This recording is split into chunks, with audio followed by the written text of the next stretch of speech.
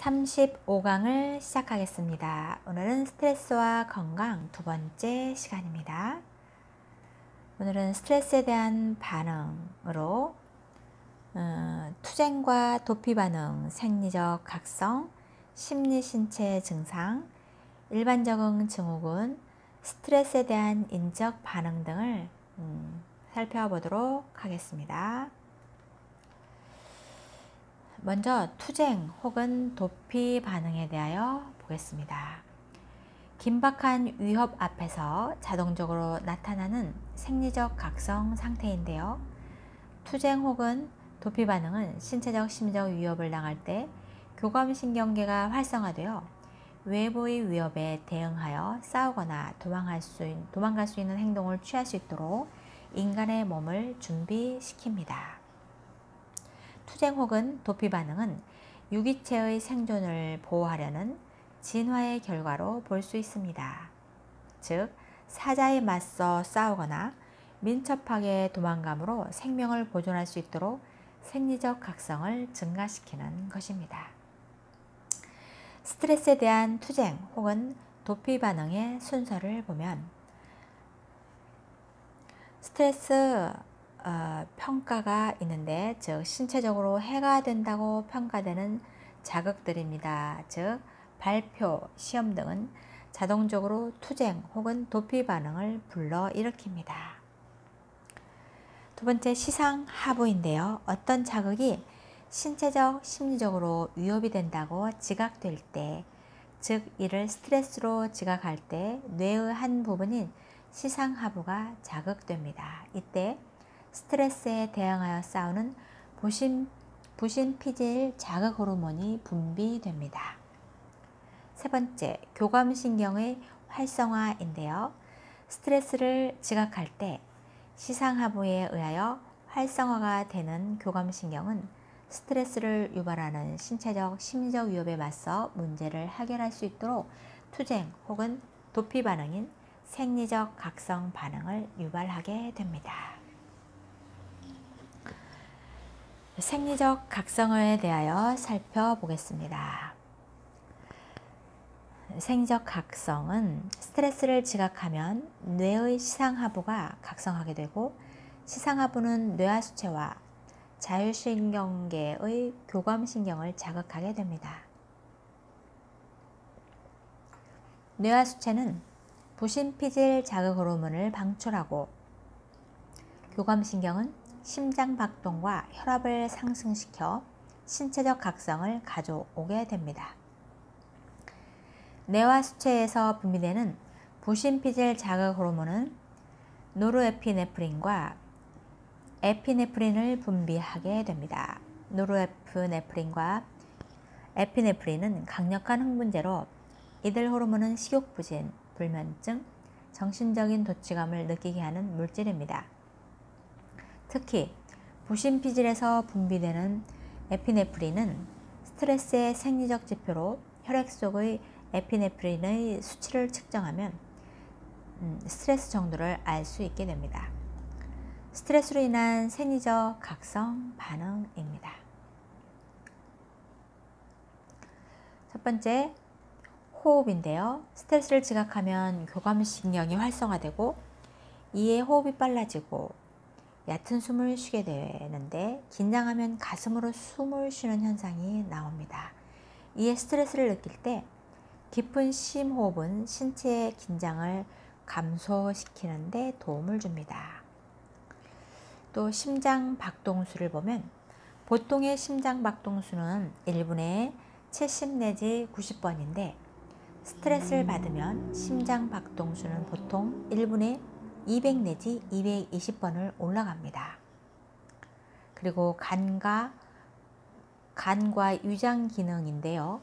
스트레스 상황에서 간은 비축하고 있었던 포도당을 혈액에 분비하게 됩니다.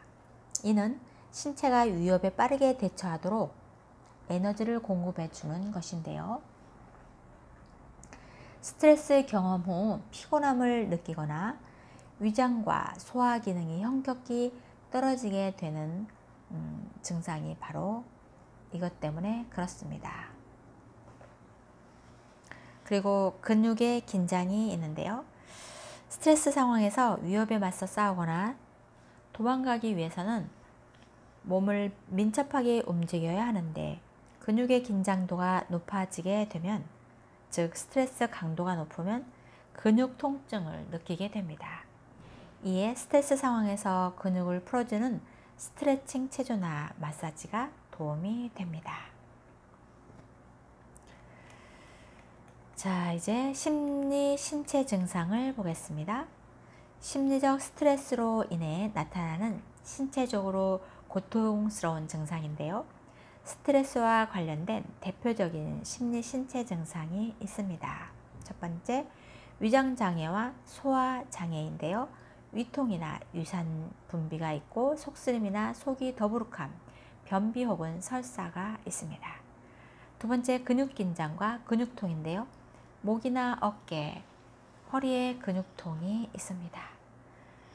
그리고 세 번째, 피로인데요. 신체적인 활동 없이 느끼는 피로나 소진감이 나타나죠. 그리고 두통인데요. 긴장과 편두통이 나타나기도 합니다.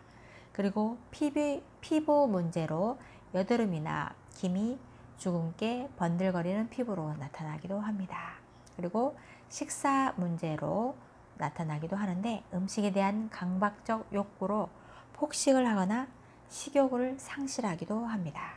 그리고 불면증으로 나타나는데, 잠에 쉽게 들지 못하거나 잠이 들더라도 쉽게 깨어나게 됩니다. 그리고 심장에는 고혈압과 심장 두근거림이 나타나게 되죠. 그리고 감기와 독감, 즉 감기나 독감에 자주 걸리거나 걸리면 잘 낫지 않는 것으로도 나옵니다. 그리고 천식과 알레르기도 나오는데요. 즉 이 스트레스 증상으로 천식과 알레르기 증상이 점점 악화되기도 하는 것입니다. 다음은 일반 적응 증후군을 보겠습니다. 인간은 스트레스에 직면하면 일련의 단계를 거쳐 반응하게 됩니다. 즉, 셀리의 일반 적응 증후군 3단계를 보면 첫 번째, 경고 단계가 있습니다. 즉, 스트레스에 대한 경고 반응이 나타나는 단계인데요. 스트레스를 받았을 때 나타나는 신체의 즉각적인 반응인데, 심박수가 빨라지고 체온이 떨어지는 쇼크 단계와 신체의 방어 기제로 대항하는 역쇼크 단계로 이루어집니다. 경고 단계는 스트레스에 대한 초기 적응 반응으로 어떤 상황을 위협으로 지각하여 투쟁 혹은 도피 반응이 유발되고 그에 따른 생리적 각성이 생기게 되는 것을 말합니다. 그리고 대개의 사람들은 스트레스를 받는 일이 생기고 없어지고 함에 따라 경고 단계에 들어가고 나오기를 하루에도 수차례 경험하게 됩니다. 경고 단계에서는 심리 신체 증상은 유발되지 않습니다. 두 번째, 저항 단계인데요. 스트레스에 대한 경고 반응에도 스트레스가 지속될 때 이에 저항하게 되는 단계인데요. 저항 단계에서는 개인이 가진 자원과 에너지가 총동원되고 스트레스에 대한 적응 반응이 최고점에 이르는 단계입니다. 저항 단계는 유기체가 스트레스에 장기간 노출될 때 계속해서 신경계와 내분기계의 변화를 이야기하면서 나름대로 스트레스에 적응하는 것입니다. 신체적으로 특별한 증상을 보이지 않고 겉으로 보기에도 잘 적응하고 있는 것처럼 보이나 몸은 스트레스에 대항하기 위하여 많은 에너지를 소비하고 있는 상태입니다. 처음에는 저항력과 면역력이 증가하지만 스트레스가 지속되면 신체의 전반적인 기능이 저하됩니다. 세 번째, 소진 단계를 보면 저항 단계에서도 스트레스가 해소되지 못하고 지속되는 경우 소진 단계에 이르게 되는데, 스트레스가 지속됨에 따라 신체 에너지가 고갈된 상태입니다. 소진 단계에서는 개인이 보유하고 있는 자원은 고갈되고 스트레스에 대한 적응 반응이 약해지게 됩니다. 소진 단계에서는 신체의 면역 체계가 약해지고 감기, 위통, 알레르기, 인후염, 근육통과 같은 심리, 신체 증상이 나타납니다. 신체의 저항력이 붕괴되어 심각한 질병을 유발하기도 하고 신체 손상을 가져오기도 합니다. 다음은 스트레스에 대한 인지적 반응입니다.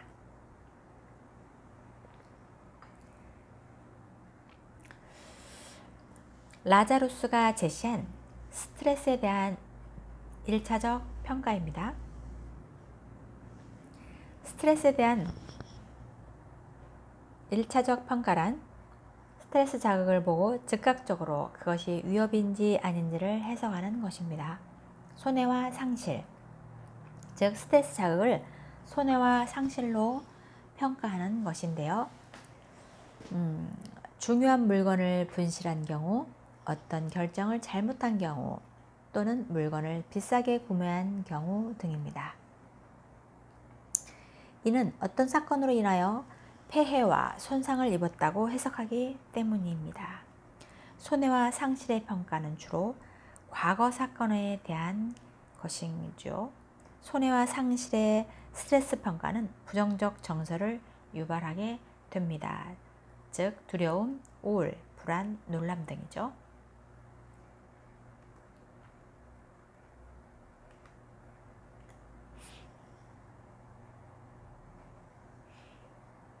다음은 위협입니다. 스트레스 자극을 위협으로 평가하고, 즉 시험을 잘못 볼지도 모른다는 두려움 또는 면접에 대한 두려움 등이 여기에 속하겠죠. 또 스트레스 자극을 위협으로 평가하는 것은 손해와 상실이 아직 생기지 않았지만 가까운 미래에 생길 수 있다고 믿기 때문입니다. 또 스트레스 자극을 위협으로 평가하는 경우는 손해와 상실의 평가와 마찬가지로 두려움, 공포, 불안, 분노와 같은 부정적 감정을 유발합니다. 다음은 도전에 대하여 보겠는데요. 스트레스를 도전으로 평가하는 것은 스트레스 자극이 비록 최선의 노력을 경주해서 감당해야 하는 힘든 것이지만 힘이 드는 것만큼 개인의 성장과 발전에 큰 도움이 된다고 해석하는 것입니다. 또한 지금의 고난이 밝은 미래를 가져다 줄 것이라고 해석하는 것이죠. 그리고 도전으로 평가하면 열정과 열심, 그리고 기분 좋은 흥분과 같은 긍정적인 정서를 유발하게 됩니다. 또 스트레스 자극을 도전으로 지각하면 위협이나 손해와 상실로 평가하는 것보다 훨씬 스트레스를 약하게 느끼게 됩니다. 유익하셨습니까? 오늘 강의는 여기까지입니다. 감사합니다.